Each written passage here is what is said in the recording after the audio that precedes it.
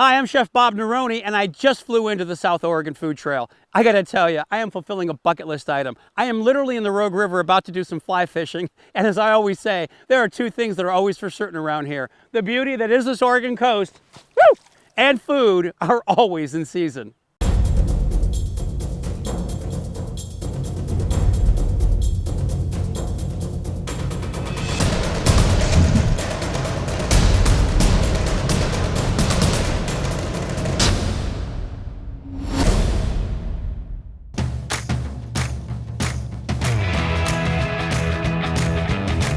Fishing on the Rogue River? Seriously, today is a dream come true, but it gets even better. Rewind a minute. I just flew into the South Coast Food Trail. That's right, we flew in. We left Astoria this morning with Captain Noel McDermott on a Cessna 303 and traveled down the coast to Gold Beach. And, as it happens, I got to be co-pilot. Okay, ready? Ready. Pre-flight inspection. That's complete. All right, cabin door? It is locked. All right, it says closed and locked. You're supposed to say that? Yours is open. Okay, that's the back one's locked. Good. Just yeah. a test. That was Well, good. Okay, do we have food? Yes, snacks are in the back. We do? But you're in the front. I can't reach those. You're going to have to make friends with people in the back. Do we have water? We're near the ocean. From jutting sea stacks and cliffs to lighthouses and harbors and endless stretches of dunes, it's breathtaking. And as a chef, seeing the Oregon Coastal Food Trail from 2,000 feet, it gives me a whole new appreciation of this incredible bounty and what it provides.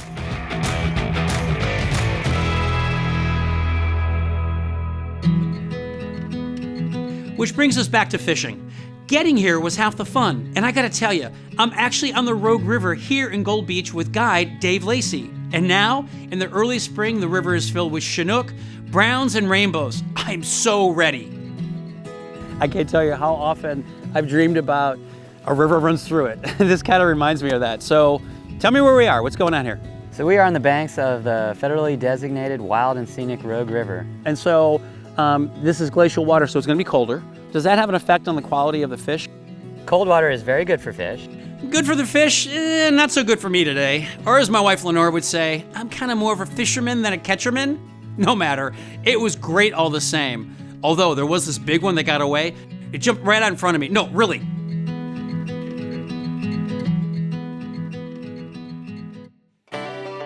In addition to fishing, Gold Beach has something for everyone.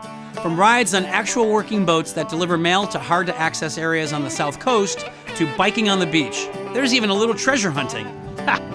All right, this is pretty freaking cool. Check it out. So, from February 1st to the end of April, they hide these glass balls all over the beach. So, little known fact, these have been used by mariners for centuries. Now they've been replaced on board ships, but over here in Gold Beach, they actually blow these from a local artisan and put them all over the beach. The cool factor is, for everyone you find, you can redeem them for cash, prizes, or, in my case, I think I'm gonna keep this one. I may not have caught any fish today, but lucky for Gold Beach, there's a mother and son team here creating unforgettable seafood experiences. Mom, Dixie Boley, sells the fish. Her son, Evan, cooks the fish. It's like the circle of life, food trail style. So tell me a little bit of how this all happened, because this has been kind of a family operation for some time. Well, my husband and I started fishing salmon troller, and we started doing that in 1975. Evan was born in 1978, and we started fishing with him when he was 3 months old. 20 years later, Fisherman Direct opened its doors as a wholesale and retail operation. They buy only from fishermen they know and trust. As for Evan, after a stint as a Navy cook, then culinary school, he came back and started Barnacle Bistro. That was 10 years ago, and Evan is still buying fish from his most trusted source, his mom. All right, so VIP table out there. Okay. A lot of stress, a lot of pressure. Yes. Breathe in, breathe out. What are we making? The menu couldn't be more local. King salmon glazed with local cranberries.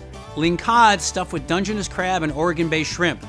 Crab cakes. And Evan's signature fish and chips. And the result? A locally sourced, sustainable meal fit for our VIPs. My fishing guide, Dave Lacey, and his family. My work here is done.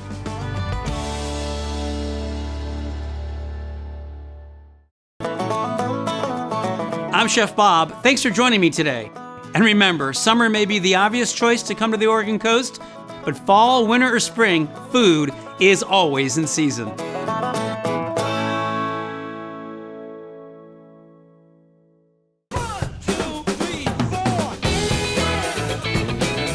Looking for a great place to stay?